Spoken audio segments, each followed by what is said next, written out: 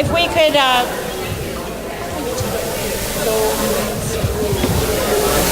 oh, they're trying to flash lights to get your attention. I thought the electricity was going off.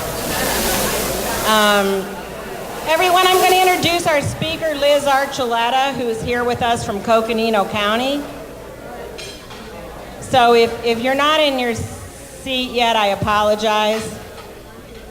But I want to make sure everyone can hear, so if you could try to get your food and give me your ear. I'm going to introduce an amazing woman that I just had the pleasure of meeting not too awfully long ago, but I was thrilled to hear about her. I had heard about her before. Supervisor Liz Archuleta from Coconino County is here with us today to share as our lunchtime speaker. Liz Archuleta is currently serving as chair in her 6th term on the Coconino County Board of Supervisors, representing District 2. During Arizona's centennial, Supervisor Archuleta was recognized as one of Arizona's Latina trailblazers. She has achieved recognition for the establishment of a regional transportation system, several county outreach programs, community-led initiatives, public safety improvements, and land use area planning efforts. On the state level, she's held many leadership positions for various organizations. Liz has served as president of the County Supervisors Association and has also served on the Governor's Arizona Statewide Water Advisory Council. On a national level, she's been instrumental in shaping public lands policy.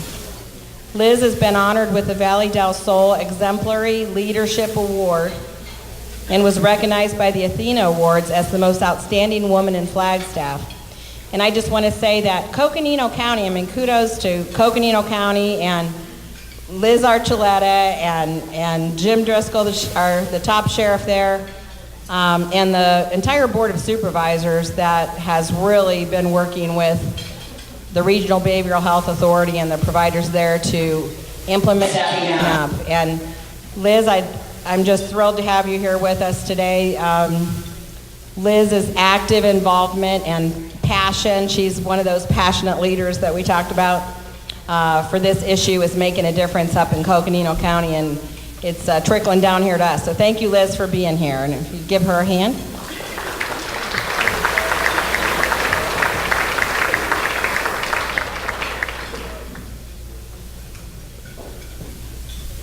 Well, good afternoon, and thank you so much for having me, and thank you for that very warm introduction. I also want to recognize and thank our sheriff from Coconino County, Jim Driscoll, who is here today, and our deputy county manager, Neil Young. Sheriff Driscoll has been a very, very strong advocate and leader in our county on criminal justice reform, and we appreciate him very much. Criminal justice reform is at the forefront of everything we do. When we decide our budget every year in the county, we see the tremendous costs that we spend on all sides of this issue, from law enforcement to the courts, to jails, and to programs that prevent recidivism. This is more than a community issue to me, however. It's quite personal. It's a passion, and I'm deeply committed to helping people trapped in the system because I know the negative repercussions. I'm very aware of the effect of childhood trauma and the impact on mental health and on an individual into adulthood. I'm very aware of the needs of a loved one with a mental illness. I have a cousin who is very, very close to me. She is schizophrenic. She has been through numerous systems in California, and I have seen how wraparound services such as supportive housing, consistent and effective casework resulted in her reconnection to her family, her kids, and quite frankly, her life. I'm certain I'm not alone in this. Everyone in this room, your lives have been touched by, or you know someone with a mental illness. I'm extremely proud that my county, Coconino County, first passed our Stepping Up initiative in May 2016. As you know, as been mentioned, Arizona is the only state where all 15 counties are part of Stepping Up. Passing the resolution was the first step in a collaborative effort to focus on outcome-based results to reduce the impact on our jail, increase public safety, and support recovery for people with mental illnesses in our county. This process has brought together state and local leaders, criminal justice experts, and behavioral health professionals to work on the most effective ways to reduce recidivism and amplify awareness of mental health in the criminal justice system. It's been estimated that there are over 2 million people with serious mental illnesses in jails and prisons across our nation. Almost 3/4 of these adults also have drug and alcohol use problems. Once incarcerated, individuals with mental illnesses tend to stay longer in jail and upon release are at higher risk of returning to incarceration than those without mental illness. It's counties that are at the forefront in providing treatment services to the 2 million people with mental illness who are booked into our jails every year. Our jails have become de facto mental health institutions.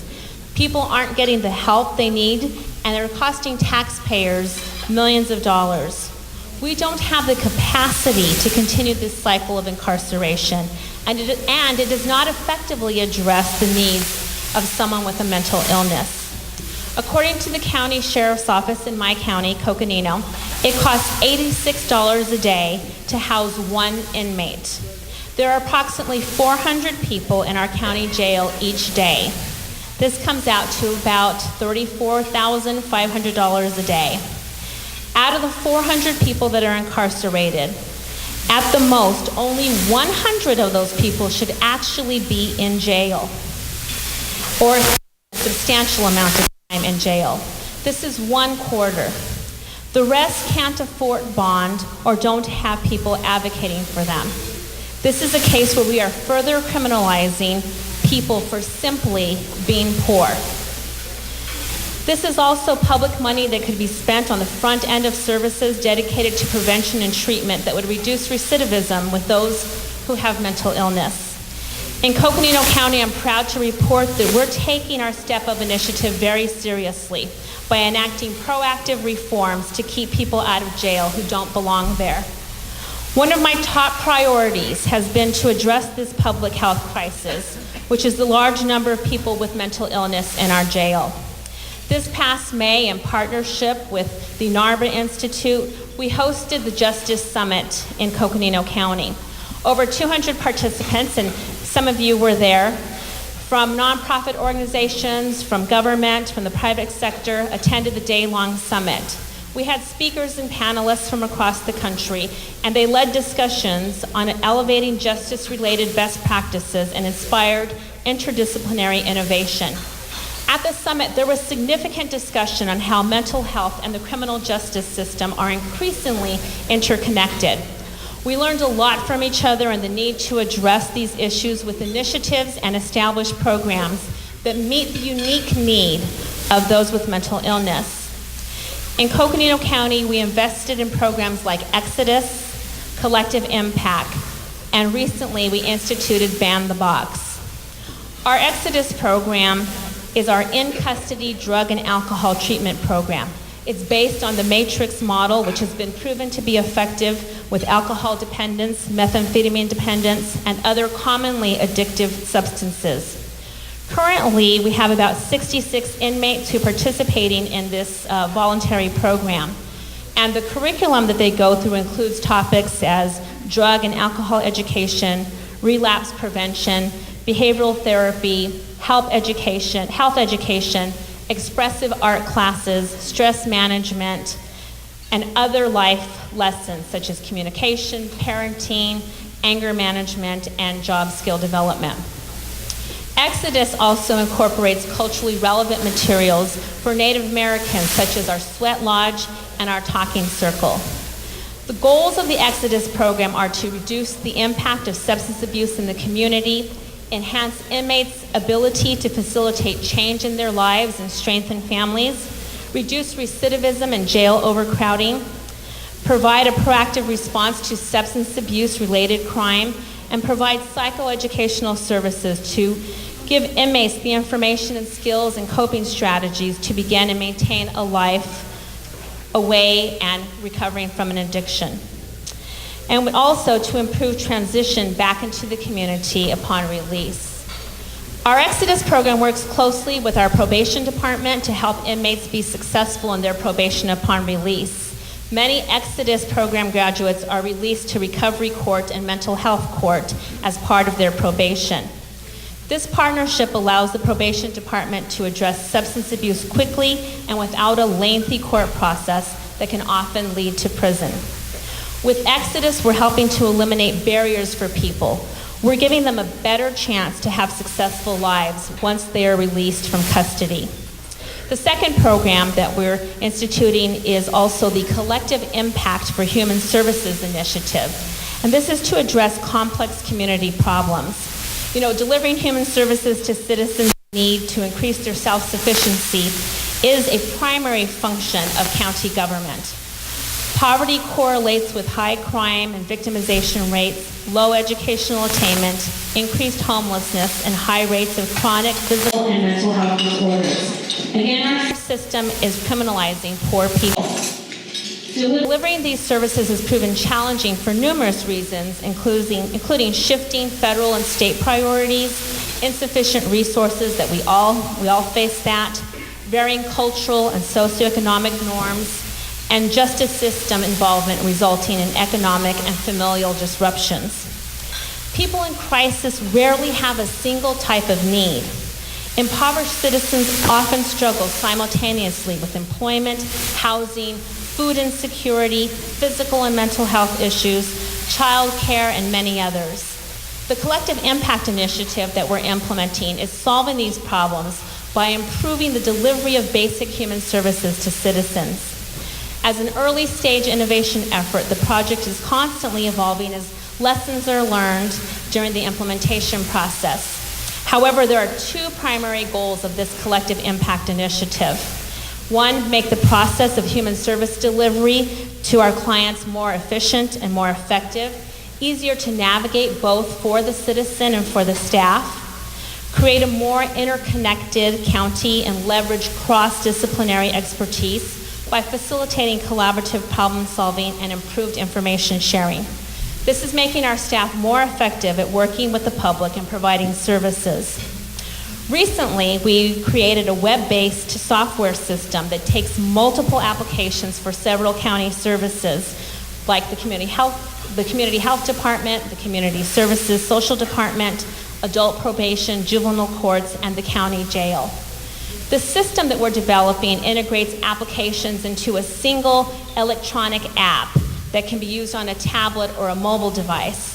And this makes accessing services a one-stop shop, and you can do it on your phone or your computer. Now, this may seem very simple. Actually, we've been trying to accomplish this for about 20 years. Since I first started on the board, it was like, why do we have to send people from department to department to department to fill out an application for services? Why can't we have one application where we find out, what it is that they need and provide them all the services? A lot easier than done, so this is groundbreaking. And because it was groundbreaking, this May we received an award from the National Association of Counties in the Human Services category, and we received the Achievement Award and was also listed as one of the nation's 100 brilliant ideas. The county, I'm also very proud of this. In May of this year, we implemented Ban the Box, and this is something that every single jurisdiction, government jurisdiction, nonprofit, business can do. It's estimated that nearly 70 million Americans, or 1 in 3 adult Americans, have a criminal history, and they struggle to find employment after incarceration. Per the Ban the Box campaign, there are about 45 cities and counties that removed the question regarding conviction history from their employment applications. My county has introduced a series of policies supporting the employment of rehabilitated individuals with criminal records. Our HR department will no longer require disclosure of prior criminal history on the initial job application. We've also, thank you.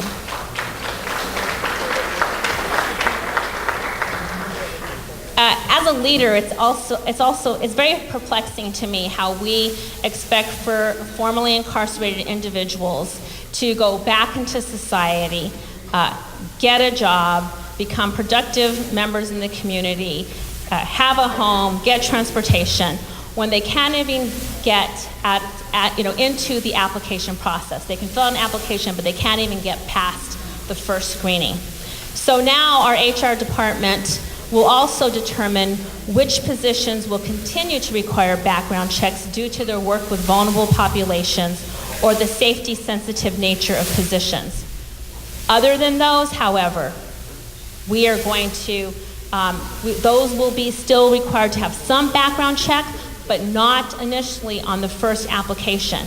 It'll be after the interview, after the final phase, being able to sit one-on-one with people, eye to eye, asking them to explain their situation. And that's only for those certain positions. We're really proud of this effort. In addition to that, our part of our resolution is also stating that we encourage anyone who does business with Coconino County to do the same, to follow suit. And I hope that our action sets the tone for other counties and organizations in Arizona, and I hope that other entities throughout the country will also follow suit. I think this clearly demonstrates that Coconino County is an organization that values the talents and skills of all potential employees, regardless of past mistakes. We have made this very public. We are going to go out and we are going to encourage rehabilitated individuals with criminal records to apply for employment.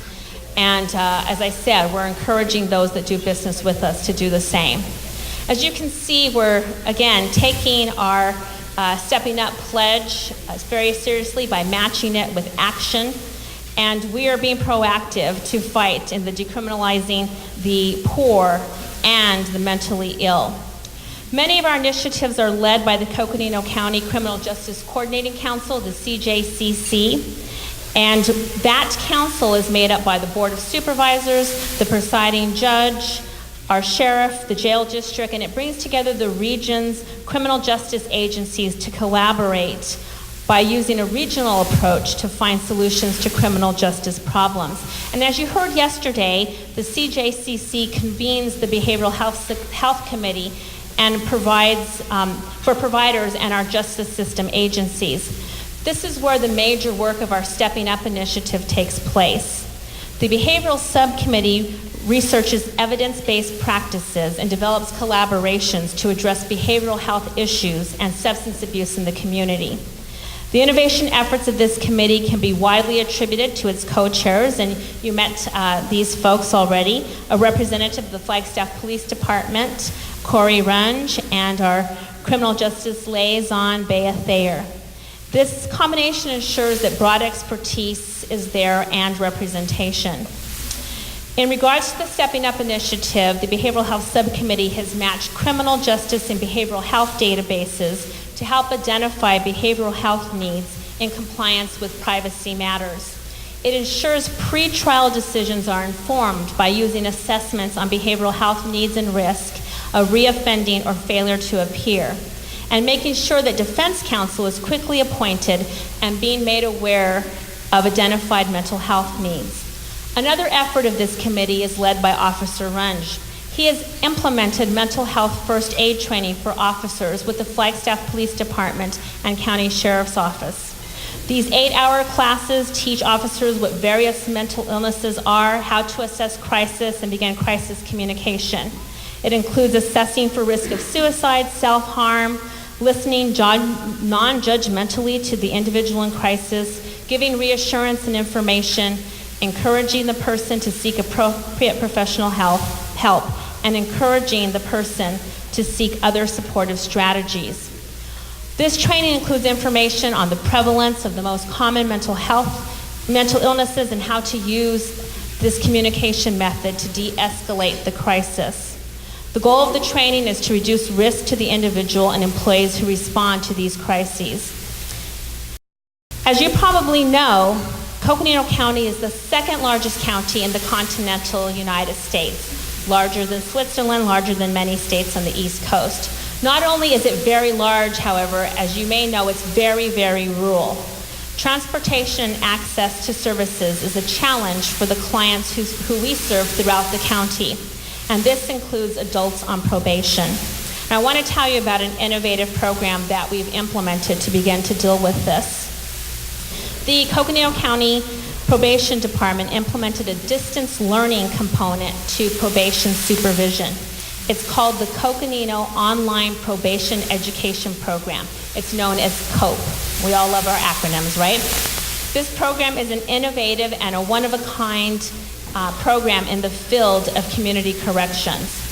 COPE focuses on mentoring, cognitive behavioral interventions, employability, and other criminogenic needs as gender-responsive programming that will enable medium and high-risk probationers that live in rural areas to communicate via virtual means with probation officers.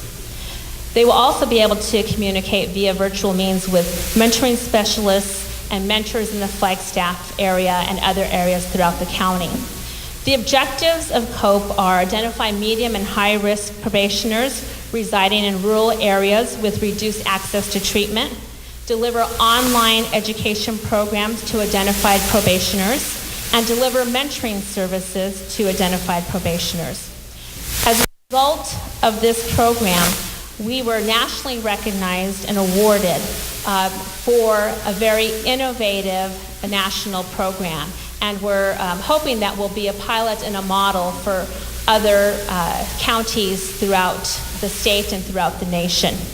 This is just another valuable tool that our county is using to help people transition back into society. Our county is also finalizing an agreement with Northern Arizona University on a groundbreaking study on inmate health.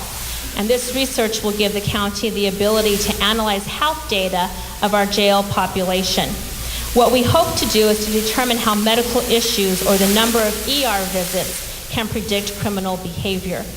Once we do this, we'll use the data to help us target the correct population and better our community mechanisms for information sharing. We're happy to be able to share this with all of you.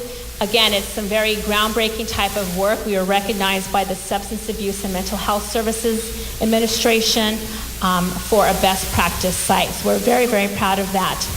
So again, we are taking our Stepping Up initiative very seriously. We are doing some things that frankly don't require a lot of money. What they do require is not operating in silos, breaking up those silos. It requires a lot of communication, whether that be through our criminal justice system or through our collective impact committee. But it's something that you can all implement in your respective counties and jurisdictions.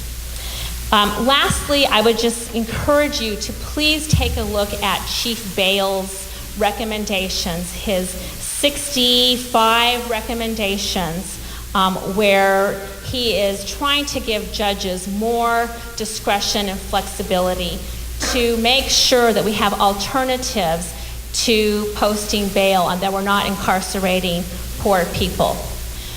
We need to be able to have that flexibility in the criminal justice system. And so all of you can help, because when these recommendations are turned into legislation, hopefully they will pass this year. They did not pass last year, but we need to communicate to our legislative officials, our senators, our members of the representatives to make sure that this gets passed. This will help us move the needle on criminal justice reform. So I want to thank you so much for having me today. I hope that describing what we're doing in Coconino County is something that will interest you and that you will be able to replicate in your counties. We are always available to help. I would encourage you to talk to your members of the Board of Supervisors. Of course, you need your jail, you need your jail district, you need your sheriff, your presiding judge, but you certainly need the members of the Board of Supervisors to stand up and take leadership. It is not acceptable to remain silent on this issue. Criminal justice and mental illness and the intersection of those two topics is something of us need to take personal responsibility for and leadership responsibility for. Thank you so much for having me today.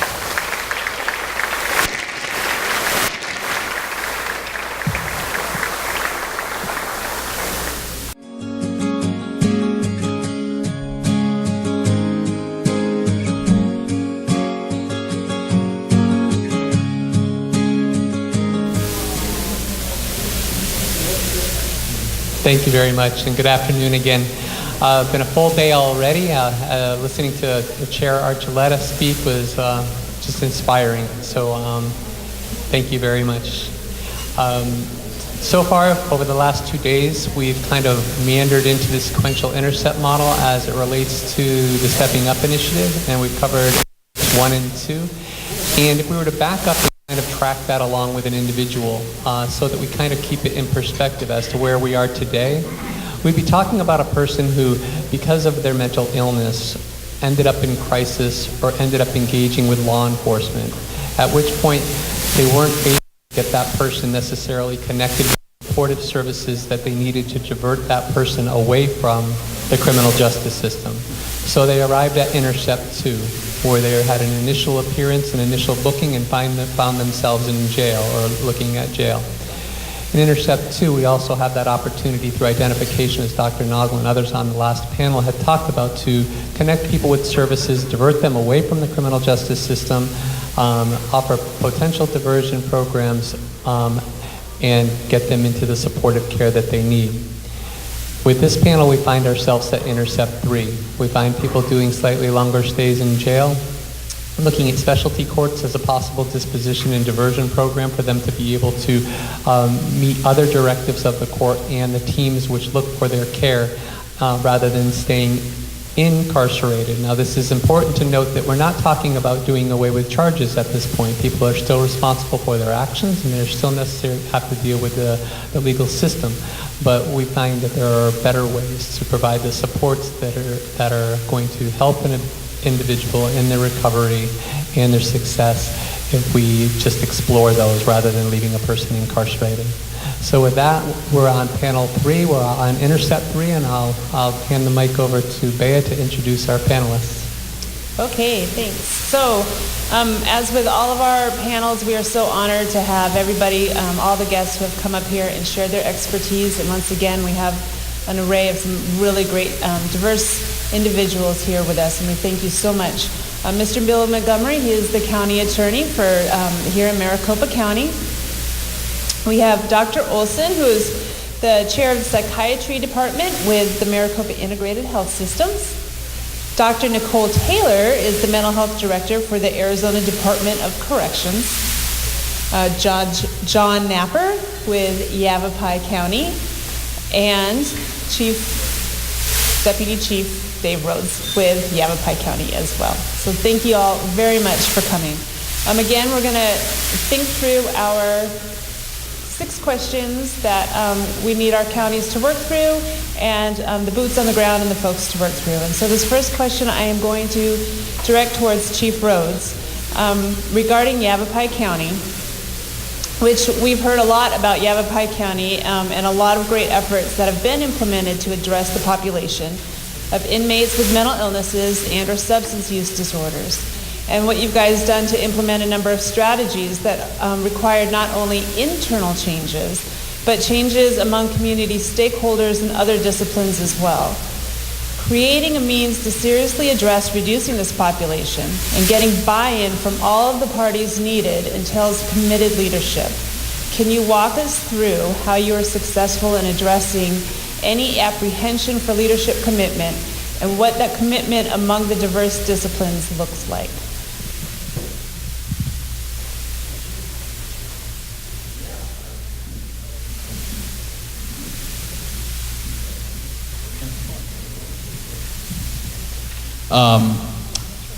First of all, I apologize for going after lunch. This is tough. And there is a lot of carbs out there, so I know, and it's Friday afternoon, so and this stuff's kind of dry. To answer your question, Bez, I'm not entirely sure how we did that, how we were able to address the apprehension that the leadership had, that people had, and I think that the easiest way to answer the question is just kind of walk through my personal story, how I became involved, and kind of some of the things that we did, and how the rest of the sheriff's office kind of became involved, got the ball rolling, and really started making a difference. But I had never worked in a jail environment before. I had been in law enforcement for about 20 years, and what I knew about this topic was that when people broke the law, we took them to jail. And the next time that you saw them, they were, all put together, and if they were in court, they were wearing a suit, and things were going well for them. And I thought, jail is it's a magical place. Good things happen in a jail. And so the sheriff, Scott Masher, who was here yesterday, he assigned me as the jail commander. And he said, we've got a real problem here with the incarceration of the mentally ill. This is costing a ton of money. We are spinning our wheels. We are having not good outcomes. I want you to go over there, and I want you to take a look at this thing, and we need to design some strategies and start moving forward.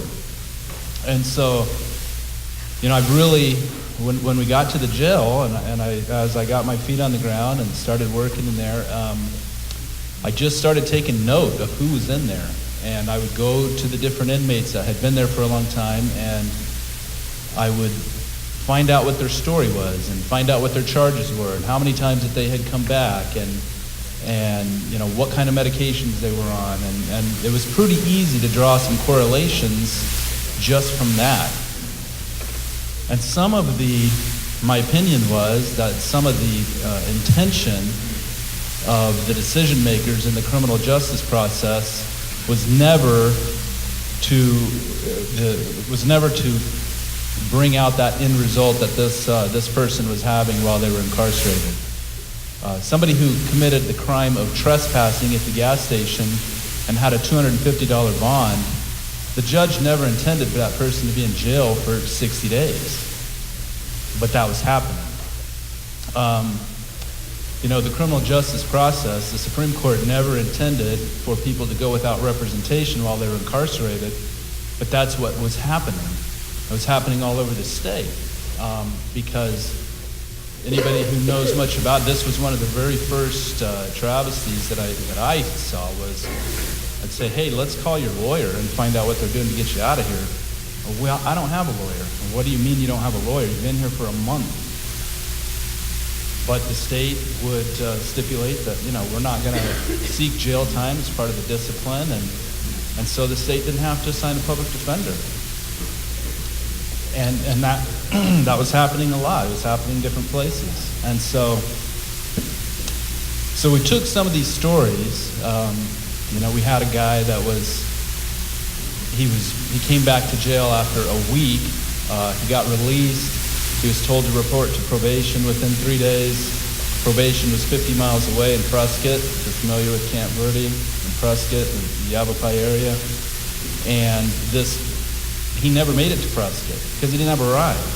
So he was asleep in the dumpster behind ashes in Camp Verde, and he was brought back to jail. So if you took some of these stories and some of these issues and some of the things that I was seeing, and I just went to the decision makers and talked to them directly, about the outcome of the choice that they were making. I just kind of informed them. I said, hey, judge, hey, prosecutor, hey, you realize that this is what's happening? They had no idea in most cases. They were very, and they wanted to do something else. They wanted to do something better.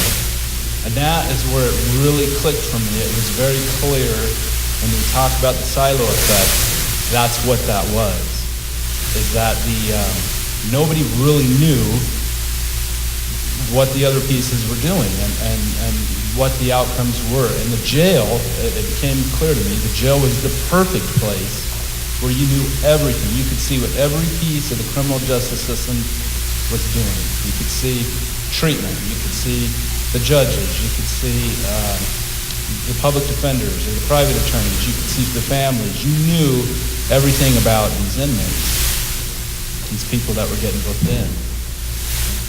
So from that point, it just became very obvious to me that the best thing to do was to start carrying that message forward and trying to break down the walls, trying to break down the silos. And we're very, in Yavapai County, I've been there a long time, so I know a lot of people, I know a lot of the judges and the prosecutors and everybody that was involved in the system. And they're all very, very good people. And they all want to do the right thing. And they all got a very good sense of fairness and justice. And so as we'd have these conversations, or we'd point these things out, they started making changes. Connections started getting made. Different things started happening. People were coming to the jail with ideas about how to address this issue. Now, there was apprehension. The treatment providers, they were afraid to come to the jail because they couldn't get paid to be there if they were Medicaid funded. And they were, there were some walls there. So we had to go out and find some funding to pay them to come to the jail and do these assessments. The irony of that is we got a federal grant for $250,000 to pay the treatment providers to come to the jail to do assessments on people for treatment plans. So the federal government, who says you cannot spend Medicaid money in the jail, gave us money to pay the treatment providers to come to the jail. That's the irony of it. These are some of the barriers. The police and the prosecutors, you get into this business, you never want to be thought of as soft on crime, and we're not. And the idea was never that we were going to divert everybody away from the jail, or that we were going to not charge people who committed crimes. The idea was very, very simple, and Dr. Nagel pointed it out again. She stated it much more eloquently than I will, but we know who's coming back, and we know why. Why are we not doing something there at that point? So, as we took this message forward, and I was just really, I wasn't surprised at all, because I know the people up there and they wanted to do better, and that's what started happening. And there was a lot of partnerships that were formed, and I said it last night at the dinner, but one of the partnerships that formed early on, and a relationship that formed early on, was with now Superior Court Judge John Napper. He was the public defender at the time, and he helped us put together a post-arrest diversion program, which he took full responsibility for all the decisions that had to be made, and implementing the program, and getting the county attorney on board, and so if you would have told me when I started this career, when I was 20 years old, and all that I wanted to do was investigate crime and take criminals to jail, if you would have told me, hey, in 20 years, you're going to be working intimately with the public defender to get people out of jail, well, I never would have believed that. But that's exactly what ended up happening. So that's kind of the short answer to the question, is that it just took communication to the people that were making the decisions, and explaining to them the outcome of those choices. And when they heard it, they made the changes themselves. I appreciate all those answers, and it's great. I think a lot of it is education, de-siloing, making sure that people understand the population that we're working with. And I think that if we were to shift this conversation over to Maricopa County, and if I could address that same question to Mr. Montgomery, I would say that in discussions we've had before, we've talked about the importance of public safety and making sure that we're very sensitive to that fact, but at the same time, we're faced with situations where we're looking at individuals who are spending substantial amounts of time in jail for, say, their trespassing offense. So making sure that all leadership at all levels is educated as to what's going on within the community is super important. And I know you've got a lot of things probably to add to this, so I would probably ask you to share what you would on this topic.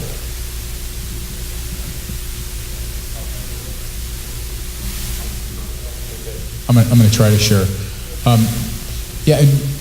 So for the next 30 minutes, what I'd like to do, I'll try to keep my answer really brief. And as a preface to this, understand that literally from where I sit, looking out over the audience, people out in the audience right now have a more intimate experience with the success or failure of our mental health system than I do, so I don't pretend to be an expert. But what I want to share with you are some of the approaches that we've taken within Maricopa County, the partnerships that we've formed in trying to push this part of the criminal justice system forward in being much more in tune with identifying who needs help and who does the community need to be protected from in order to carry out our mission of public safety, but do it in a way that also, it's not tough on crime, it's not soft on crime, it's identifying criminal behavior and reducing recidivism and being very sensitive to making those distinctions. And I want you to know that, and I'll speak specifically for Maricopa County, everyone who's participating in our criminal justice system, and we've got Mary Ellen Shepard here today, I'm going to call her out. She's now the chair of our Smart Justice Subcommittee of our own Criminal Justice Coordinating Council, and it's part of Maricopa County's strategic plan to reduce recidivism of those who have a mental illness within our jails. And part of the way we're trying to do that is working with FACT teams, working with correctional health services, the REBAs, everything that we can to try to identify and diagnose as early as possible. And when we have a repeat customer, start to get them assistance as soon as we can, and then ensure that there's continuity of care and wraparound services when people go back out in the community. Now, having said that, are we where we need to be? No. We still have a lot of societal challenges in providing community-based treatment in the first instance, reducing stigma of mental illness so that people feel confident and families can feel confident in seeking early diagnosis, even using employer-provided health insurance to go get help early on. That's where I'd really see all the intercepts occur, is out in the community. And we have a lot more work to do. And what I've done specifically within my office and my role as the county attorney is to recognize that the better the relationships between law enforcement prosecutors and community and business leaders, the better for us to try to identify the most effective outcomes for those who are involved with the criminal justice system. And that runs the entire gamut from at one end, using the Department of Corrections for specific incapacitation to protect the community from the most repetitive and violent of offenders, down to identifying resources in the community that can be used for diversion and deferred prosecution alternatives. And prosecutors are completely open to that. I don't want to prosecute someone just because they have a mental illness. But for someone's mental illness, being involved in the criminal justice system wouldn't occur. I really don't think that's just. So that's an ongoing focus for us. And now to answer the specific question from what we've talked about before, previously we have a community-based prosecution model within Maricopa County. We've divided it up into 4 quadrants with a dedicated team of prosecutors in each one of those areas, with the idea that they're going to develop those relationships I outlined earlier. And part of the success with that was we were seeing those relationships develop, but one of the things that I wanted to see more of were prosecutors becoming aware of the various behavioral health options for diversion alternatives and being able to get creative in identifying how to resolve cases up front. So we're now going to divide the county into 8s. We're going to double the number of community-based prosecution bureaus we have, and my expectation for the supervisors is they need to know who provides behavioral health resources in each one of those areas, so that where we do have someone who a Class 6 felony for criminal trespass, do we really want to spend the time to prosecute them if the underlying issue is, even the most difficult of circumstances, a co-occurring disorder? Or can we identify a local community provider for behavioral health concerns? Maybe we can get them into a residential treatment program for substance abuse, and there's also a mental health component to that. Why wouldn't we offer a diversion alternative to that person? If they successfully complete their program, we dismiss the case with prejudice, or we never charge them in the first place. I think that's what better looks like. Good, though, would have been that person would have gotten treatment, been identified before we had that initial criminal justice system interaction. Great answer. That's exciting about now I'm guessing that the 8 quadrants or regions that you have geographically divided, that there will be some kind of accountability measures in place for those particular. I have already started telling those bureau chiefs that they are responsible for crime in their area, and they all smiled and got excited. I'm being sarcastic. We're changing the mindset of a prosecutor. Honestly, the criminal justice system for so many years, just like other areas of government, we were really good at measuring activity, but we didn't pay a whole lot of attention to outcomes. I don't mind being held accountable with my criminal justice system partners and looking at reducing crime rates. And if we focus on reducing recidivism, we're now going to take more of an individual approach in looking at specific offenders and trying to define what do we have going on here. And again, it covers the entire spectrum. If I can figure out early on, I've got someone who, if we don't intervene and take them off the streets, is going to engage in significant acts of violence and cause mayhem, I want to identify that right away and send them to the Department of Corrections. If I can identify somebody early on that, but for a substance abuse issue or another behavioral health concern, we will never see them again, for heaven's sakes, I want them to get that help. Let me spend my time on the person who's a greater risk to the community and to do that. And that's a shift in how prosecutors think. And I will tell you that for my other 14 county attorney colleagues in Arizona, we're all focusing on that and trying to do the best we can in our respective areas. And I will tell you that for prosecutors around the United States, it is now by exception, people are not considering this approach in how we're trying to do our jobs. Thank you. You know, as we move into the second question that we must consider when looking at stepping up, we look at screening and timely assessments. And one of my first questions when I spoke with Dr. Taylor with Department of Corrections is we're sitting at Intercept 3, so we're in the specialty courts and jails, and so why are we talking with Dr. Taylor at ADOC? And the reality of it is it's all related, folks. I mean, this is a linear model, and the reality of it is that as we move along, if we're not successful at our intercepts, as I've said before, we do end up in long-term incarceration. So it is all very, very tightly woven together, and so it's all very important. My conversation with Dr. Taylor, we actually talked a little bit about the importance of having the accurate, timely screenings and assessments so that in the event that they do end up in your backyard, then you're able to give them the best possibility of success by making sure that they're placed. So I know we're a little out of the model, pushing the edge towards Intercept 4, but would you like to talk a little bit about the importance of timely screening and assessments as it pertains to people landing in your yard? Yes, and like you said, we are a little bit outside of Intercept 3, but we do receive a fair number of individuals into our system. And recently there's been this great flow of information that's been coming from the community stakeholders directly to me that says, you have this high-risk offender coming in, they have high mental health needs, they have a very short sentence. I need you to know exactly what's going on with them so that you can make sure that that transition back to the community is successful. That has been invaluable for us.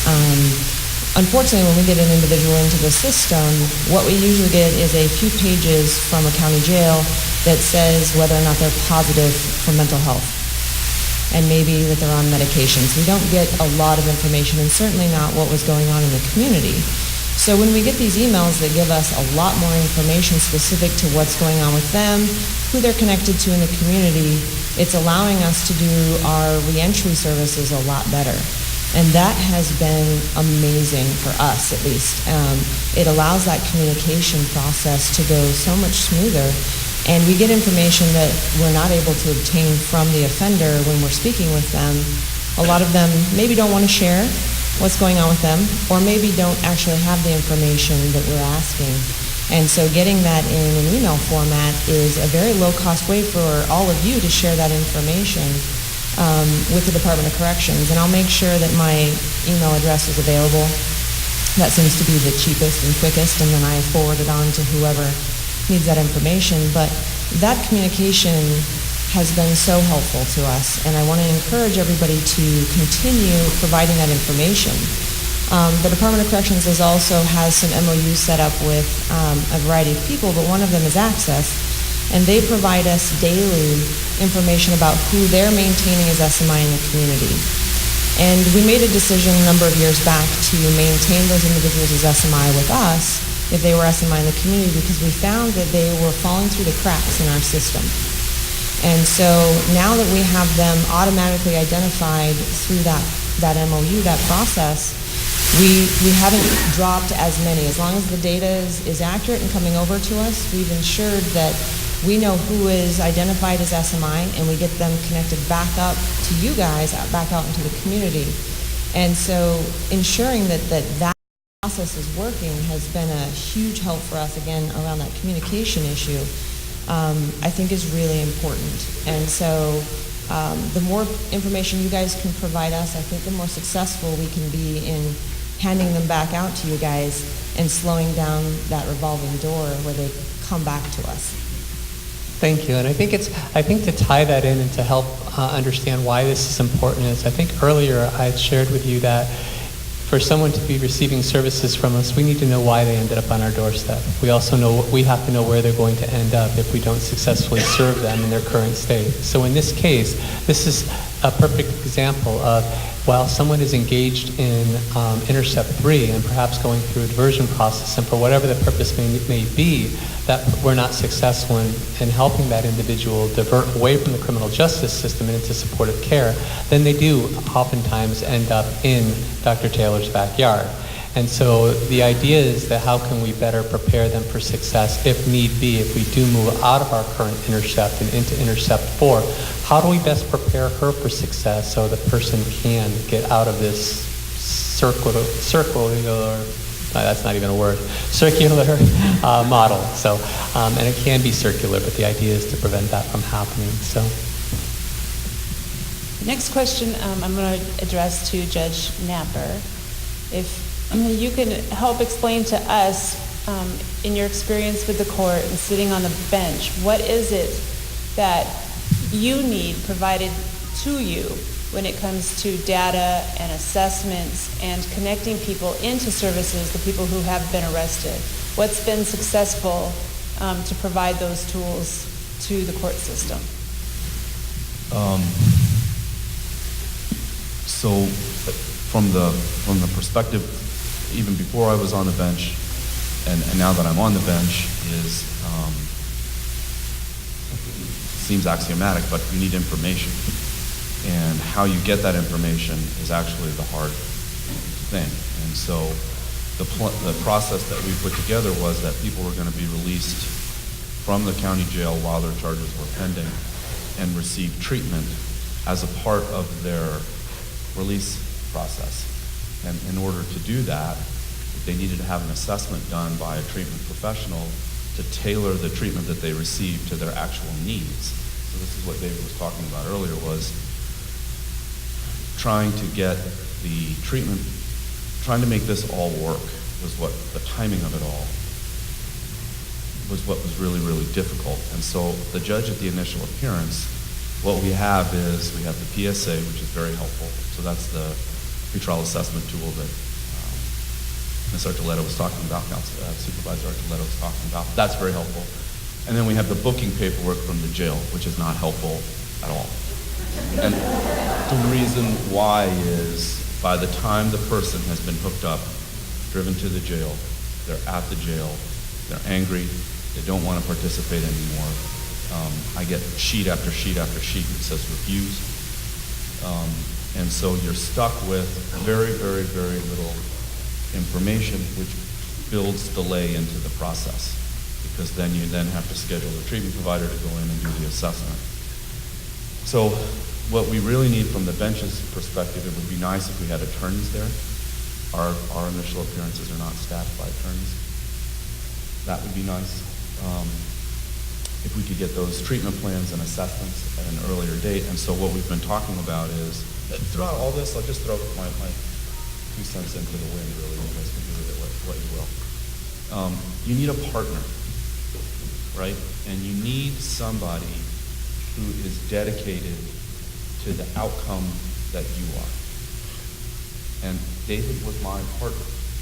We had each other's cell phone numbers. Oh, I'm sorry, is that better? Sorry about that. I was just saying that you need a partner in this, and you need someone that you know is going to support you, and you will support them throughout every single step of it, because you believe in the common goal, right? And for us, it was doing the right thing. And I tend to be somewhat of a spastic thinker, and things come to me in waves, and if I don't express them, I will lose them forever. So I was calling Dave all the time, right?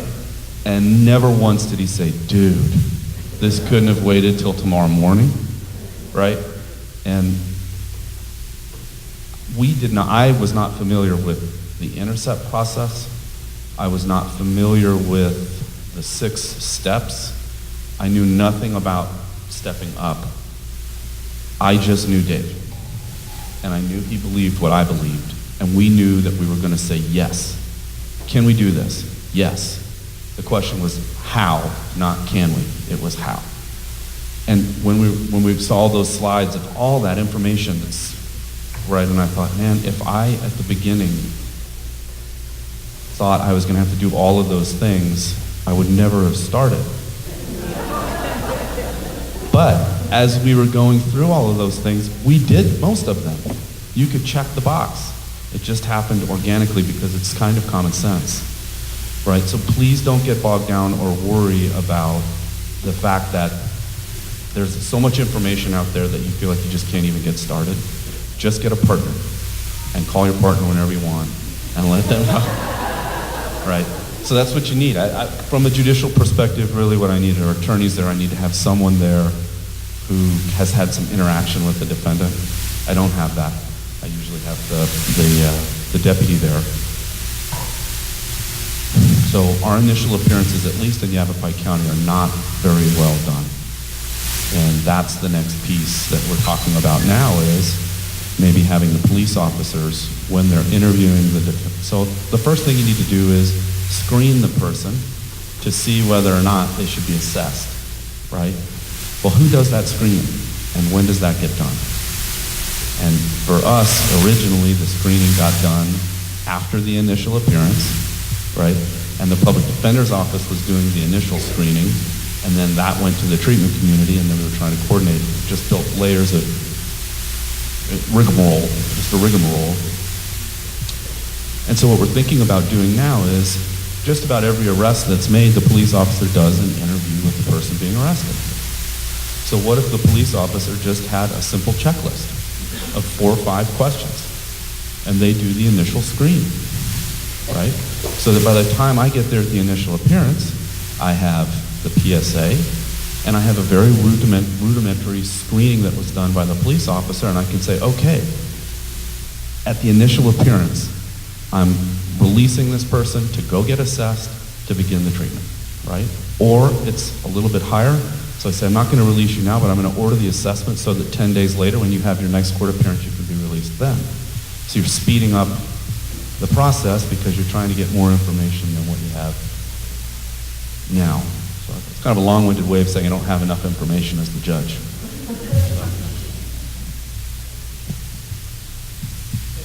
Judge Napper, when individuals do arrive in your court, could you speak to the importance of baseline data?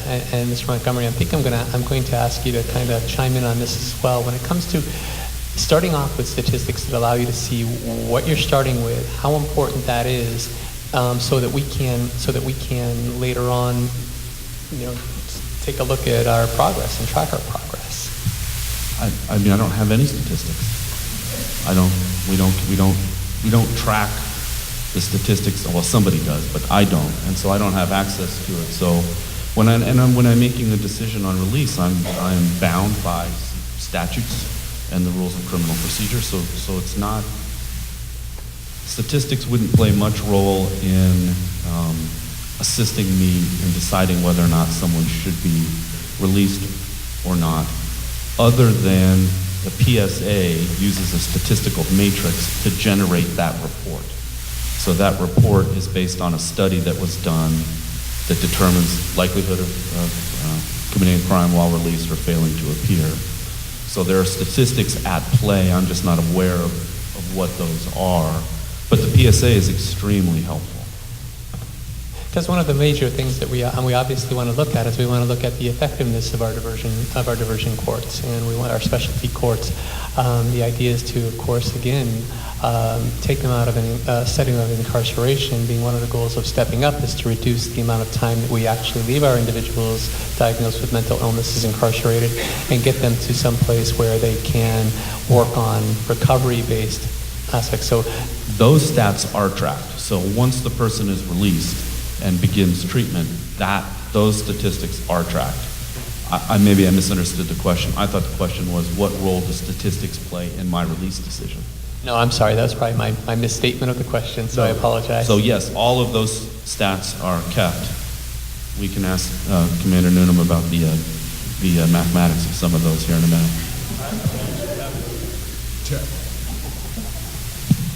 Thank you. And would you like to add to that as well?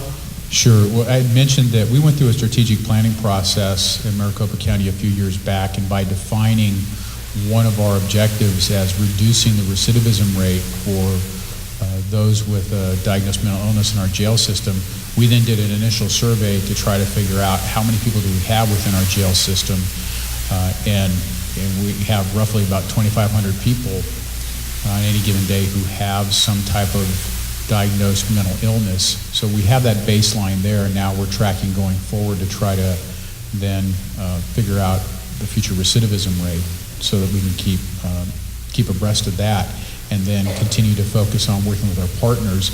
And it is critically important to have a partner. One thing that many people aren't aware of when we think about our criminal justice system, we think that it's a unified, monolithic entity. But the reality is we have thousands of criminal justice systems in the United States. There is one federal criminal justice system, which is about the only one that's unified with investigating and arresting agencies, and then prosecution, and then responsibility for incarceration. But for us, within any one of the 50 states, we have a state-level criminal justice system with the primary responsibility for incarceration. Then we have 15 county criminal justice systems with a primary responsibility for prosecution and the trial. But then there are hundreds of municipal criminal justice systems that are responsible for the initial arrest and investigation. And so when we looked at our jail population too, we discovered that the majority of folks who were sitting in jail for extended periods of time were in there for failing to appear for a misdemeanor offense in a municipality, which then meant that I, as a county attorney, could do nothing about that person because I was never going to see their case. And then initial appearance commissioners and superior court judges couldn't really do anything because we didn't have jurisdiction over the offense. It was at the municipal level. So it's incredibly important then to initially establish that baseline and figure out which of those discrete populations in jail can we directly affect and which ones require that kind of partnership to be able to make sure that we're addressing the entire scope of the concerned population. Because even having defined for you the different discrete elements, we're still talking about everybody who lives in the same community. That makes a lot of sense. I know, and that's sometimes hard for me to differentiate when you're dealing with charges that you might be looking at versus charges that you might see on the municipal level as well. So, and we do have a lot of fantastic municipal. I know we've got some municipal judges in the audience that run some fantastic diversion programs as well. That kind of brings us to our next question, though. I mean, the point being, as I keep saying, sounding like the parrot repeating, is diverting persons out of the criminal justice system and into supportive care, and identifying what tools we have at our disposal within our communities, within our counties, that we can provide our members with so that they have a better chance of succeeding and stabilizing and staying out of the criminal justice system. Dr. Olson, I'll probably ask you to speak to this, if you would, just about the different, probably paying focus to, and I've always thought that there's two ways to really, when you're looking at trying to give somebody the tools that they need to stay free of the criminal justice system, it's a two-pronged approach. They need to have They need to have supportive care. They need to have good case management. They need to have proper medication. They have to have, the Maslow lower hierarchy of needs met. They have to have all those things that will keep them from trespassing, shoplifting, and everything else. And then the secondary aspect, I think, is that they need support in the community. They need to have peers who engage with them that are there to say, hey, you need to stop hanging around your knuckleheaded friends. So that kind of thing. And coupled together, the effect is very useful. But I would ask if you could speak to question 4, which is taking a look at process analysis and the inventory of services at this level. What types of things do we have at our disposal that we can give people that would encourage our legal system to put someone in diversion rather than keep them locked up while waiting for their court date? Gosh, that's a complicated question. I guess maybe I'll make a few comments related to kind of what's gone ahead, and hopefully they'll be partly relevant to the question you asked me. Working at the county psych department, I feel maybe similar to the jail that we're kind of at the bottom of a big hill. And I wish that, we see many very tragic cases. We see people coming out of the jail setting who've been psychotic for months, lost 40 pounds, haven't been wearing clothes, just very bad shape, who often get better within a week or so of getting proper treatment. In addition, we see people who are finally, an application is made for involuntary evaluation for people who have been getting in trouble with the law because of their psychotic mental illness for months and months, writing threatening letters, getting kicked out of their home because of their behavior. And Arizona is one of the states that does have the persistent or acute disability standard with regard to involuntary treatment, which I don't think is necessarily well understood by people across the board. So there's many individuals who suffer and lose many, many things and become homeless and have tragic outcomes in their lives because everyone is recognizing that something's wrong and that person needs help. But one thing that often happens with people with psychosis is that they don't recognize that they need help. And I don't by any means mean to suggest that involuntary treatment is the be-all and end-all. That's not the case. But it sometimes is the start for someone being able to turn their life around and recover. And I think for many individuals, way too much time goes on before an intervention is made to get that person help. The other comment that I wanted to make is I was covering consultation service at our main hospital just a couple of weeks ago, and I think I saw 17 patients in one day on the consultation service getting care on the acute medical surgical side of the hospital. Out of those 17 patients, 13 of them had a significant alcoholism or drug addiction problem, and out of those 13, 12, their medical problem that had them hospitalized was related to their alcoholism or drug addiction. To the extent that those individuals are willing and want to go get treatment, we should have treatment immediately available.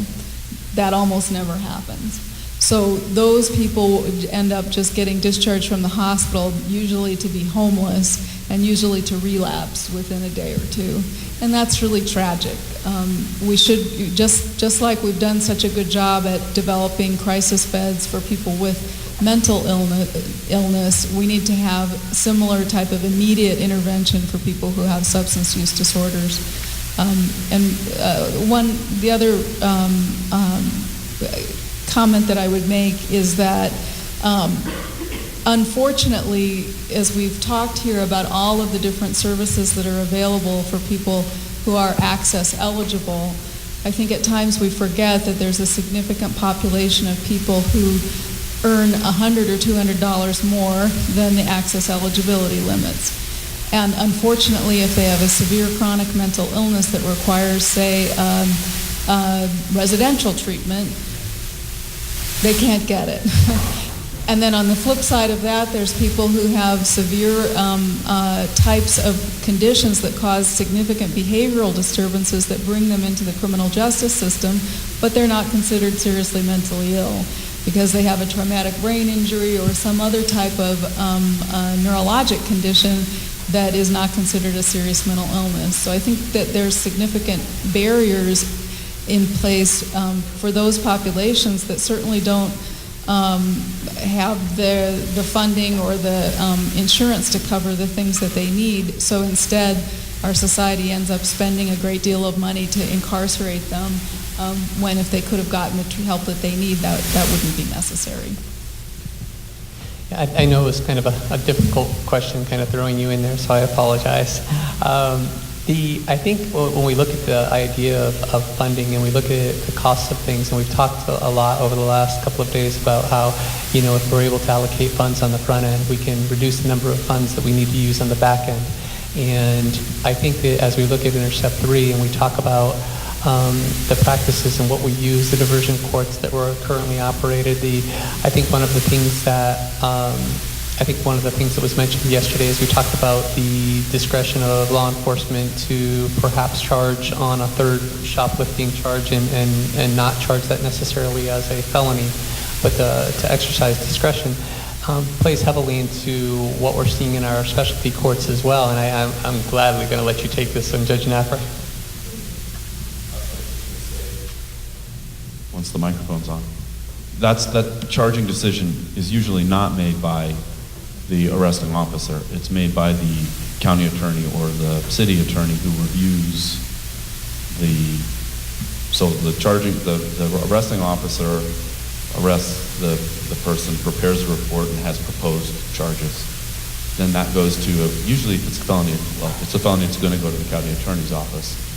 What gets formally charged is a decision made by the county attorney, not by the arresting officer.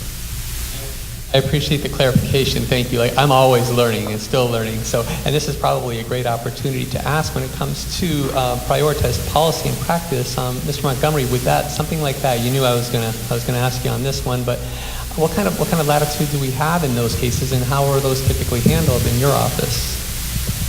Well, there is an initial sort of decision point where someone can be booked into jail by the arresting officer, and depending on the circumstances with the example you gave, it could initially be a booking for a misdemeanor shoplifting offense, because most officers aren't necessarily going to have the full criminal history of that individual to know if they've got the predicate prior shoplifting convictions. And it may initially go to a city attorney to review. And then if there are those predicate priors, then the city attorney could have the police department submit it to a county attorney for felony review. I have absolutely no problem if any given municipality within Maricopa County has a successful diversion program and that city attorney wants to utilize it for that individual. The city and the police department probably know that person a whole lot better than someone's going to know them at the county level.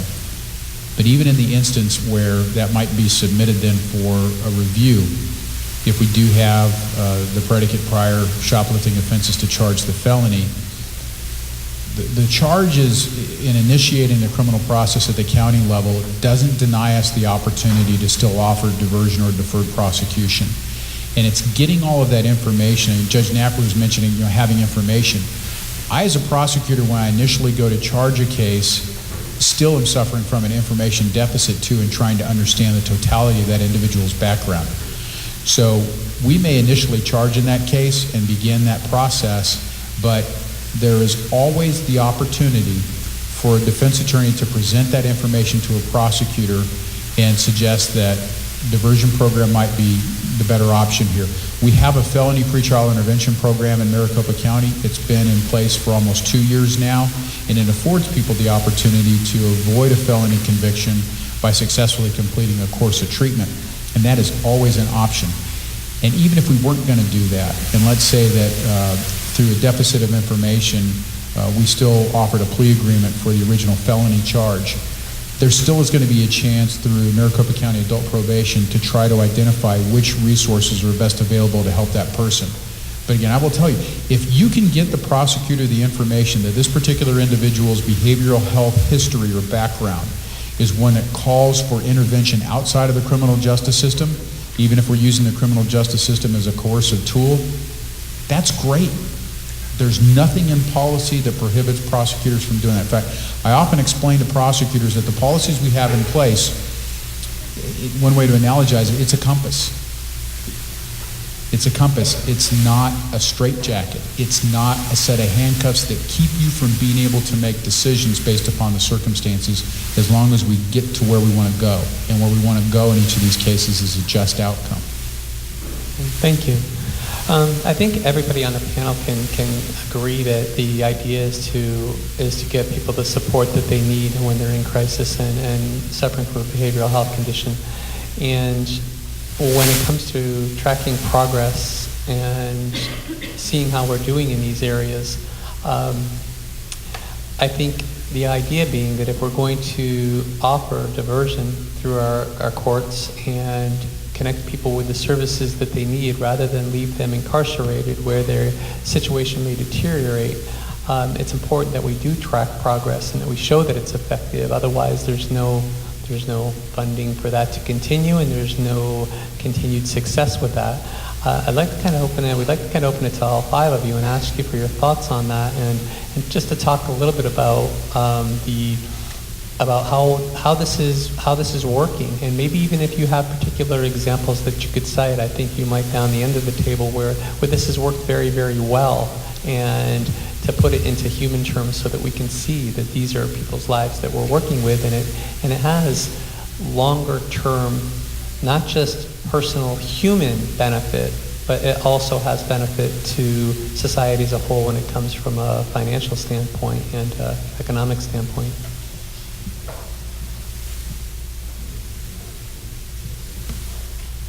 Well, we do have a lot of stories. We have a lot of success stories from Yavapai County, and I have not personally been involved in making any of them happen. There has been some very fine people here that work in our inmate programs, coordinated release, and our volunteer Audrey Dorfman, and they know a lot more about the stories, and because they are the ones that have actually made these things happen. And it leads into something that I kind of want to say. But one example, and this was something we talked about, happened over a year ago, but there was a young man, he was 24 years old, or maybe he was a little bit older, a long history of mental illness. I believe it was a bipolar disorder. He had been in treatment down in Maricopa County. He had gotten stabilized on his medication, was doing very, very well. Enrolled in Access. He had moved to Yavapai County. He had an apartment and a roommate and a job and a car, and things were happening for him. There were some changes to his status at Access, and I don't know exactly what they were, but when he went to get his medication, the psychotropic that he needed, he could not get it. The pharmacy wanted $400 for the medication. He did not have the money. He went off of his medication. Within 30 days, law enforcement had been called twice by his roommate because of his psychosis and his behavior. Law enforcement, once they were there, he had damaged some property inside the house, broke a table, and was sitting out in his vehicle, blasting the radio, and just gripping onto the wheel when law enforcement got there. Their hands were somewhat tied. It was a domestic violence situation per the statute, and this is another one of the situations that it's kind of fleshed out in this process, not to go off into another area, but the domestic violence statutes were never created for this type of situation, but they're used in this type of situation because law enforcement is required to use them. So he's arrested, he's brought to the jail. Immediately, they realized that he was on medication. They were able to get him back on his medication at the jail. He comes right back around. Has very, very limited recall of what actually happened and what he's there for. From there, our people working in coordinated release reestablished him with a place to live because he couldn't go back to where he was. If anybody who's familiar with conditions of release on domestic violence, you can't go back to where you live. Oftentimes, you can't have contact with the victims, and many times those victims are friends or family that never would have called the police if they knew that that was going to be the final outcome. Anyways, reestablished him with a place to live, with a vehicle, with a job, got him into voc rehab. Last I heard, he's doing well. He's back in college, and he's on his medication. So he's living a managed lifestyle because of what was done at the jail. That's one example. So you can imagine where that direction could have gone for him had they not intervened. He could have, been a victim of crime, committed a serious, perhaps an aggravated assault, something like this when he got out of jail, and committed a felony, which would have landed him in a Rule 11 process, which we would have restored him to competency so that he could be sent to prison. That's just one example, but there's many, many, many examples like that. That is why we know that this works. That is why we know that this is a very good place to invest your time and your resources if you want to have an impact on the criminal justice system, if you want to have an impact on the recidivism rate. And why I believe that this is a law enforcement issue and why we're so involved in it is because if you take the term recidivism and you replace it with crime prevention, and you connect it to public safety, that's one of the very basic tenets of the law enforcement function. That's what we do.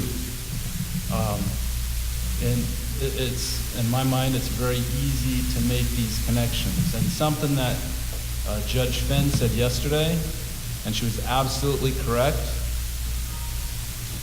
when you're getting started, you don't need money. You need a change of position. You need a change of thought. You need a new direction. There will come a time when you need some money for different things. But to get started, you don't need it. And we didn't have it. We have identified another place that we believe everybody could benefit if this is funded. And this is part of the reason that Senator Allen was here yesterday, as we're talking about this now. All 15 counties have signed up. They're on the Stepping Up initiative. They're all a part. They're all willing to do this. But they're all in various stages of repair or what their processes are or whatnot. And as we work through, we created a mental health coalition in Yavapai. We took the Sequential Intercept model and literally started plugging in resources at each intercept. And it became very, very clear, and Dawn Nagel's out of the room, I think, or she's in the back, and she said it again. I'm going to harp on it again because she said it earlier when she was speaking. It became very, very clear that there is a major gap, and it's all over Arizona, really, but some counties have it worse than others. And that gap is what we do post-booking. When people come to the jail, screenings and then assessments are absolutely critical. And that piece right there is labor intensive. It requires people that know what they're doing, that are intuitive, that are trained, that are dedicated to that cause. And then from that assessment, there has to be a service linkage. We're talking about county jail. So most people are getting out within 5 days. Some stay longer, some stay less, but these are pretrial detainees. A lot of these people are getting out within 5 days. So say, well, we shouldn't be getting them out of jail, or we should. They're getting out at one point. If they present at the jail with a mental health issue, with a co-occurring disorder, they need to be screened, assessed, and linked to service at that point. We believe that if that occurred, the state of Arizona, who has a stated goal by the governor that they want to reduce the prison population, particularly of the mentally ill, that it would have that impact at that level. It would eventually trickle down to that level.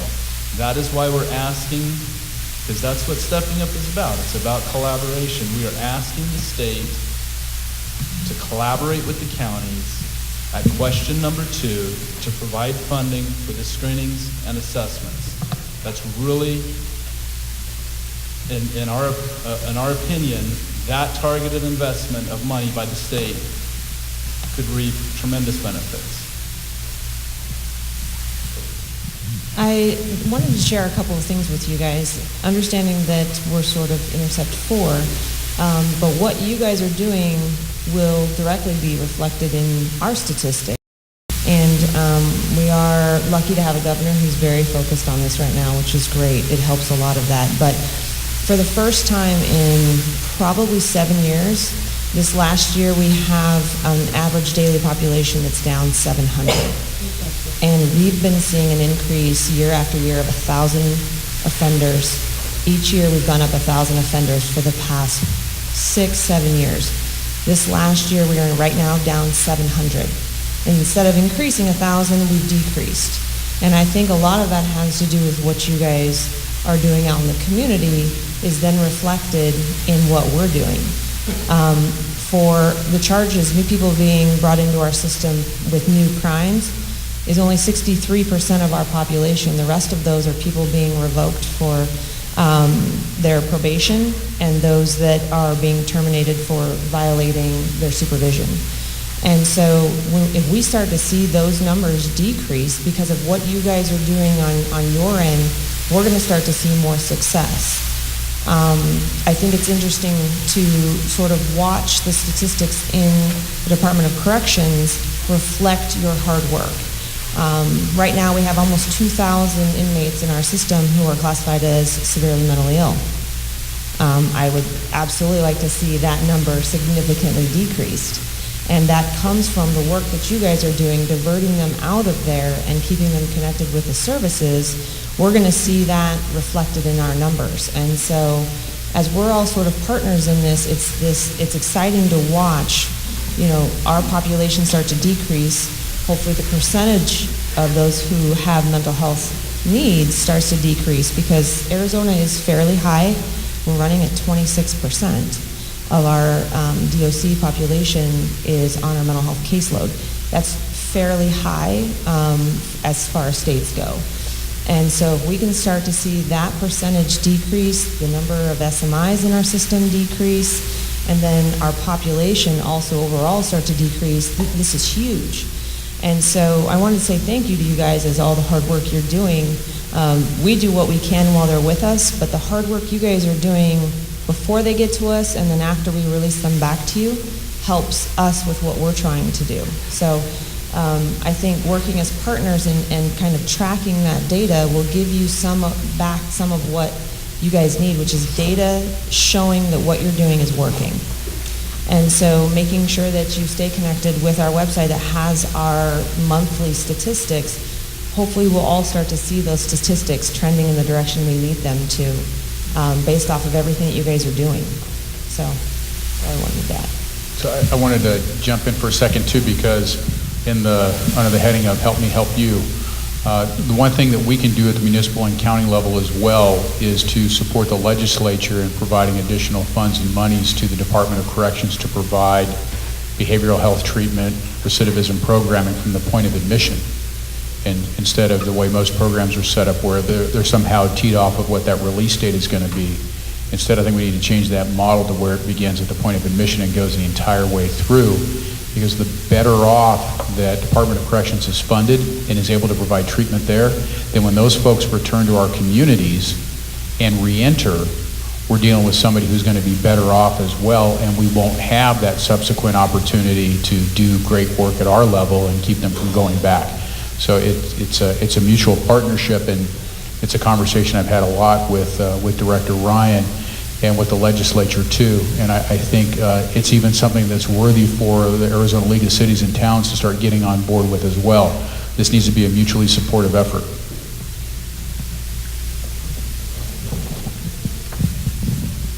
I love the comments, and I love the Dr. Taylor. I love the gratitude towards what's being done in the community prior to them getting to you and reducing the numbers that you see.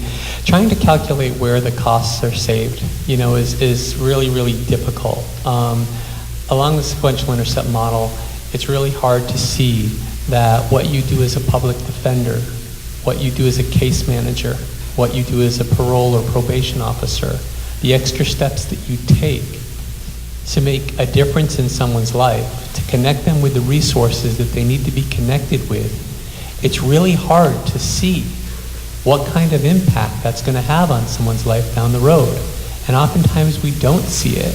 And sometimes it's a matter of just connecting somebody with the right resource so that now, rather than going into a store and stealing the deodorant that they needed, someone provided it to them. And you don't know it, but it prevented them from entering the criminal justice system. So I'm with you, Dr. Taylor, on thanking, as with the rest of you, thanking the work that you all do, because it's relevant. And part of stepping up is bringing down those silos and to communicate and to understand how we play a role in people's lives.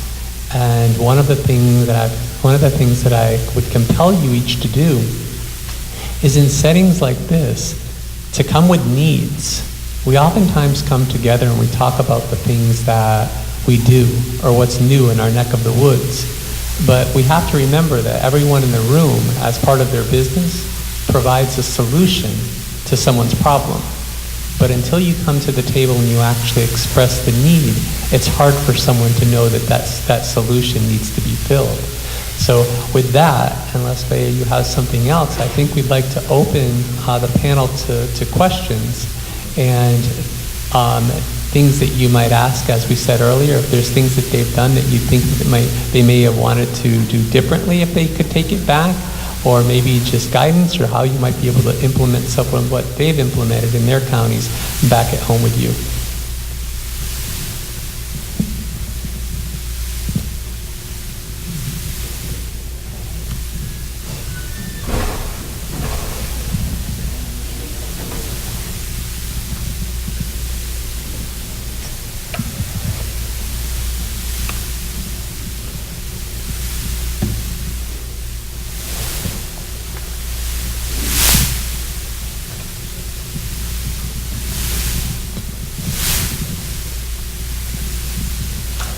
My question is to Dr. Taylor.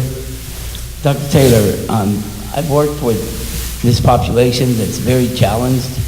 They have mental illness occurring. They're a felon, and the big one is they're sex offenders. We've talked about sharing information, collaborating with other agencies. My question to you and the probation, because they once released from DOC, they're on lifetime probation. I work with probation officers dealing with this population.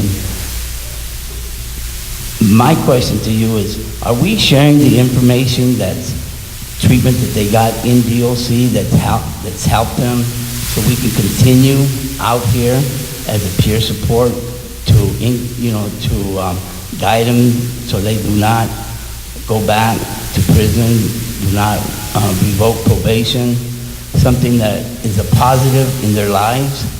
I would love for us to collaborate more with this population, because housing is one of the biggest issues for these people, for the people. Can you answer, best to your knowledge? Can you see? Yeah, you're absolutely right. It is one of the hardest populations for us to find housing for. The department had set up 2 reentry centers, and the Tucson one working really well with allowing them to house the sex offenders there upon release. The Maricopa County one, not so much. That was restricted, unfortunately, which was going to be a housing placement for the homeless sex offenders. But as far as sharing information, we work as best as we can with the community who's going to be receiving that individual about the services. The REBAs are able to get all of their records with us. As far as sort of sex offender treatment, not a lot goes on in the department related to that. There is sex offender treatment, but it isn't, every sex offender doesn't receive that level of service. And so I think they have continued needs out in the community that we need to make sure that we're identifying those and making sure that, especially if there's mental health, substance abuse related to the other needs, that that information is also provided. But we, have the ability to provide service or information to any agency that's working with them upon request. And so we want to make sure that they're asking for that and we're providing that. Anything else on that part of the topic? Yeah. I have a question. Victims of crime are a critical part of this conversation. From your perspectives, is there something more we should be doing to engage them in the solution?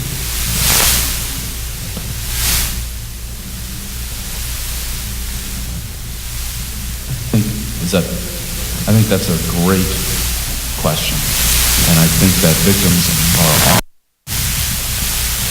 not heard. And in this context, generally these programs that work, at least they are generally not applying, are not being utilized in cases where they're harm to the victim, or it's so an aggravated assault, those kind of cases. Program just doesn't really address. But I'm not sure that I think we have a working statutory definition for the word victim, but I think that in this context we should be broadening that. And I'll just give you a quick example.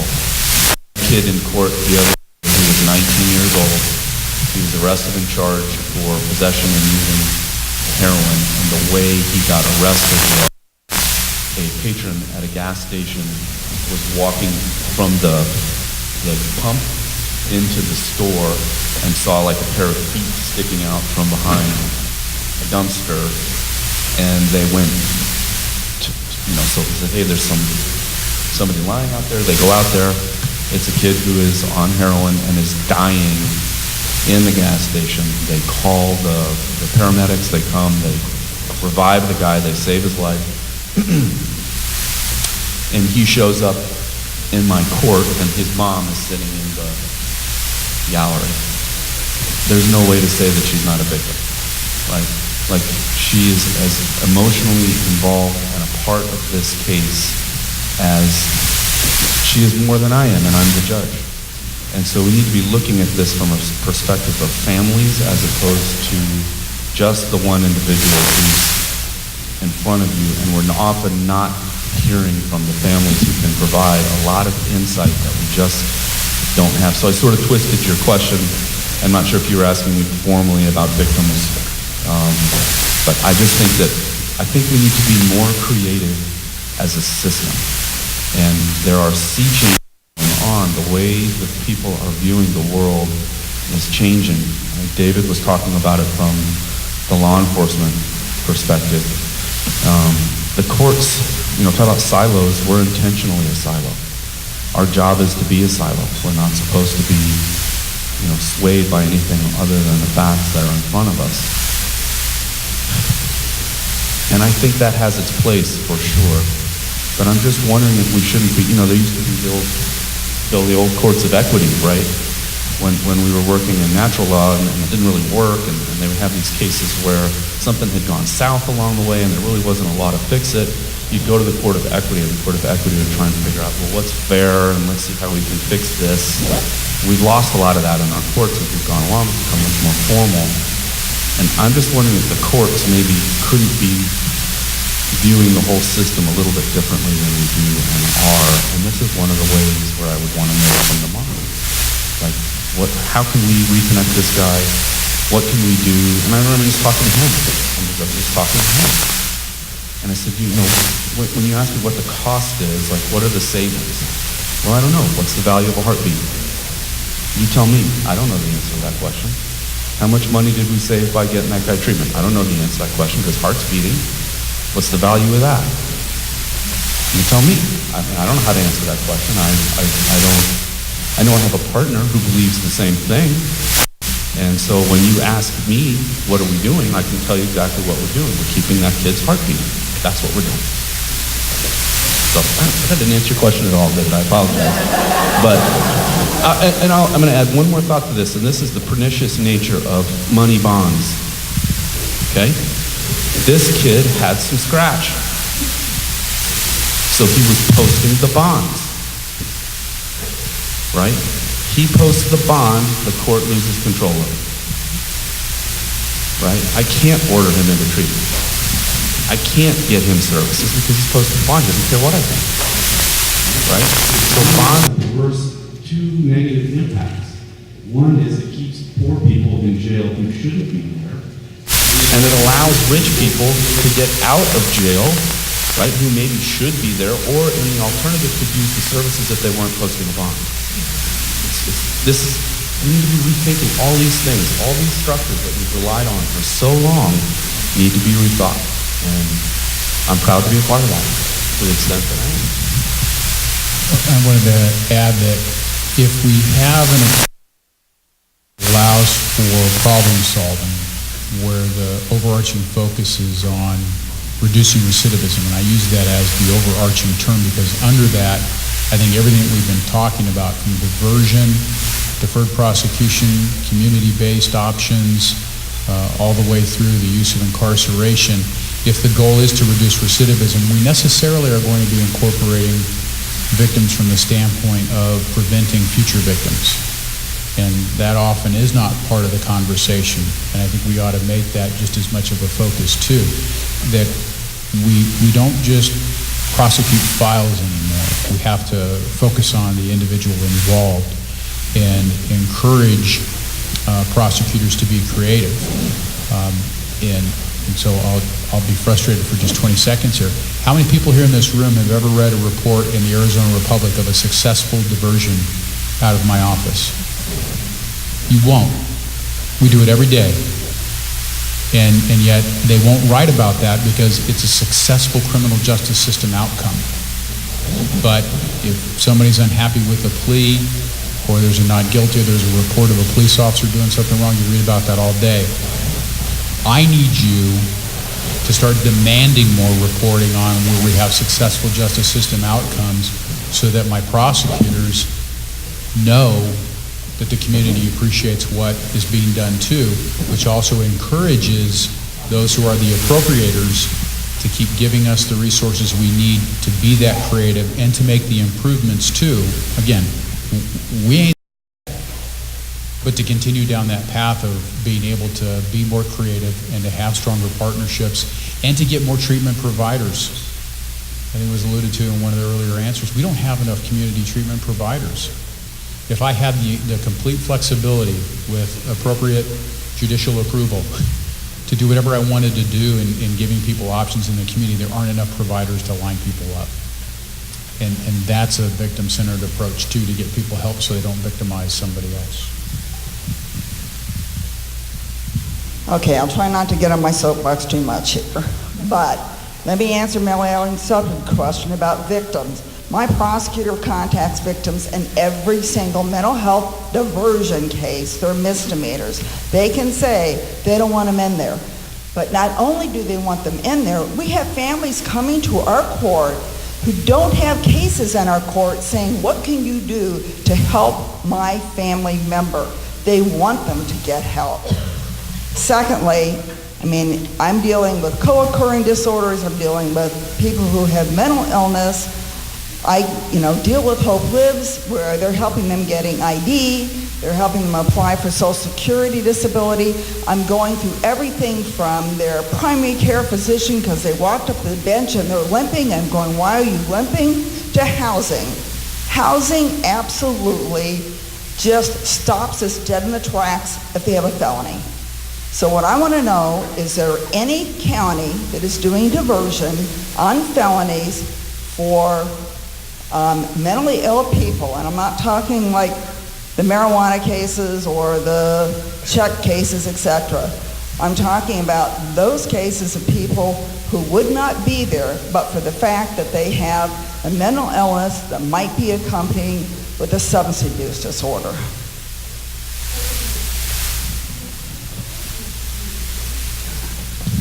And we're developing that capability in that felony pretrial intervention program I mentioned earlier. SAGE is my service provider, and I know that they've got the capability to do that, and we're building it into that program.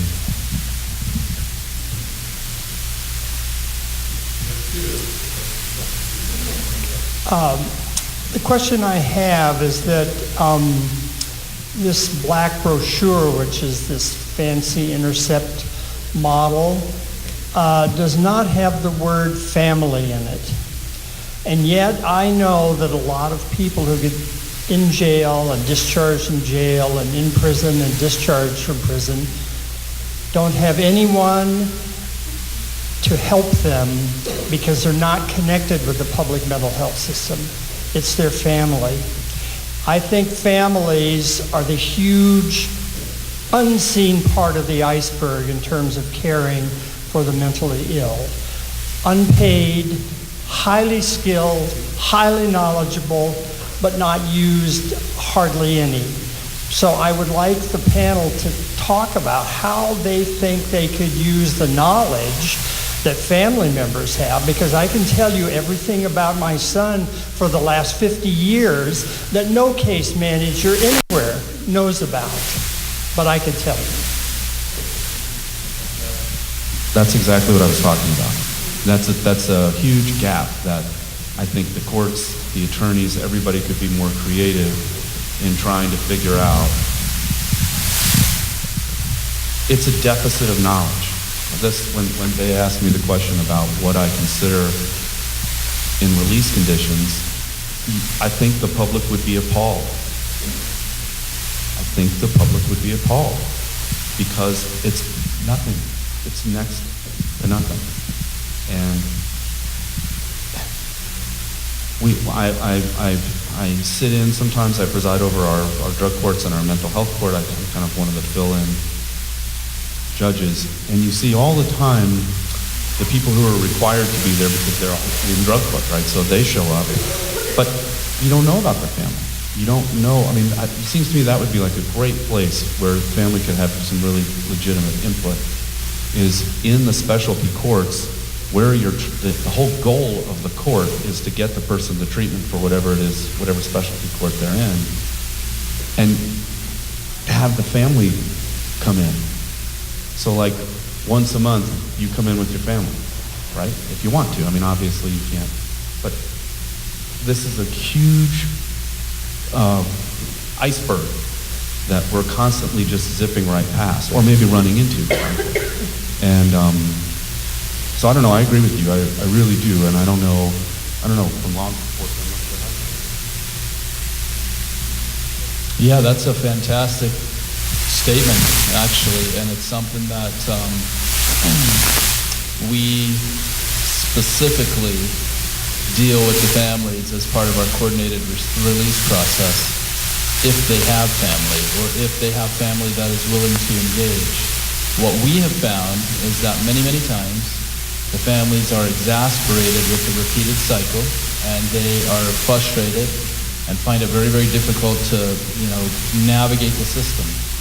And by providing them the resources, connecting them to community behavioral health or primary care providers or housing, other resources, then families then become kind of the advocate that they didn't know that they could be because they didn't have anybody coaching them, or they didn't have anybody telling them what to do. And that's a key part of coordinated release. When you talk about a coordinated release, a service linkage, the family is your biggest resource if they're there and they're able to participate.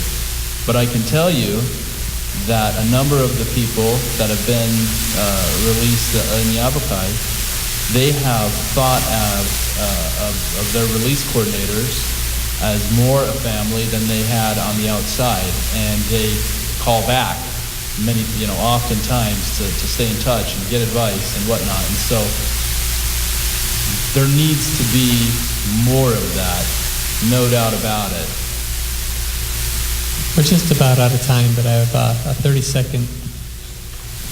What I was going to say is, so if your son or daughter gets involved in the criminal justice system and the defense attorney is asking for any information or doesn't ask for information. That family who provides that mental health background for that defense attorney to then present to the prosecutor, that's gold for me. That makes it so easy for me to identify a diversion or alternative resolution, because otherwise I'm left in a position where all I'm hearing is anecdotal information from a defendant's advocate with no objective basis, no medical records to back it up, and you're asking me to guess. But if you as a family member, you know what that medical history is, you can give that provider information to the defense attorney, they can present those records to the prosecutor. That's what helps us to get to a more just resolution. I think if I were to add one last thing and push the limit on time and get yelled at, I would say that, sir, I appreciate your input, and it's really critical input, I think. And one of the things that I take a little plug from one of my positions is that it's often it's an opportunity to utilize peers. And I don't know if you have peers in the county you're in, but oftentimes peers can play that liaison between family and the individual, because they understand, they've navigated first, they've come out on their own. They realize that they've hopefully done well enough to repair the relationships in their life and understand what it took to do that. So oftentimes it's as difficult for the person who's being released from incarceration to get over the burdens that they have and obstacles that they have, but it's equally difficult for the families. The families are dealing with an individual who went in, and all they remember was the person that went in, committed the crime, and they may have changed dramatically, and they may be ready to lead a life that But all the family remembers is that individual that went in. So utilizing a peer in those instances, I think oftentimes helps smooth that out. And if you're able to do that, it's a wonderful opportunity. I kind of took the last 30 seconds. So I wanted to just say thank you to our panelists and the time that they took out of their day to share with us today. And if we could give them a round of applause.